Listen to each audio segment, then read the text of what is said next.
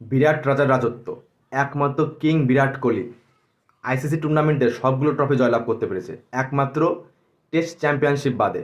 কিন্তু বিরাট কোহলি যে ট্রফিগুলো জয়লাভ করেছে, মোট 5টা আইসিসি ট্রফি, যেমন অনূর্ধ্ব 19 2008 সালে জয়লাভ করেছে সবার প্রথম, তারপরে 2011 সালে ওডিআই বিশ্বকাপ, 2013 সালে চ্যাম্পিয়ন্স ট্রফি, দীর্ঘদিন পরে 2024 সালে টি-20 ওয়ার্ল্ড কাপ, তারপরে বর্তমান 2025 সালে চ্যাম্পিয়ন্স ট্রফি। এই পাঁচটি ট্রফি একমাত্র একসাথে জয়লাভ করেছে কিং বিরাট কোহলি। পৃথিবীতে এমন কোনো খেলোয়াড় নেই যে এই 5টা ট্রফি জয়লাভ করতে পেরেছে।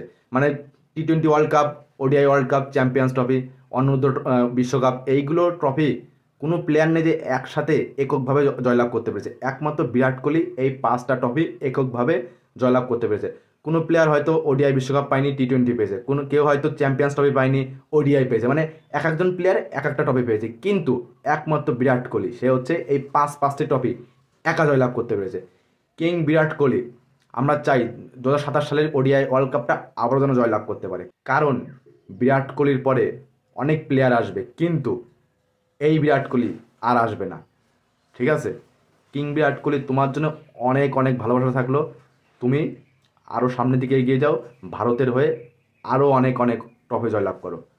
Best of luck king Virat Kohli, love you boss.